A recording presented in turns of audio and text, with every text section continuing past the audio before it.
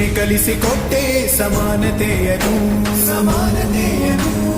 ಏಕತೆಯನು ರಾಷ್ಟ್ರ ಸಂವಿಧಾನಕ್ಕೆ ನೀನೆ ಶಿಲ್ಪಿಯು ನೀನೆ ಕಲಿಸಿಕೊಟ್ಟೆ ಸಮಾನತೆಯನು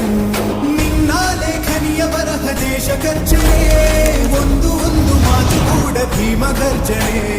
ನಾಯಕ ನೀನು ಭೀಮರ ಮಹಾನಾಯಕ ನೀನು ಭೀಮರ ನಾಯಕ ನೀನು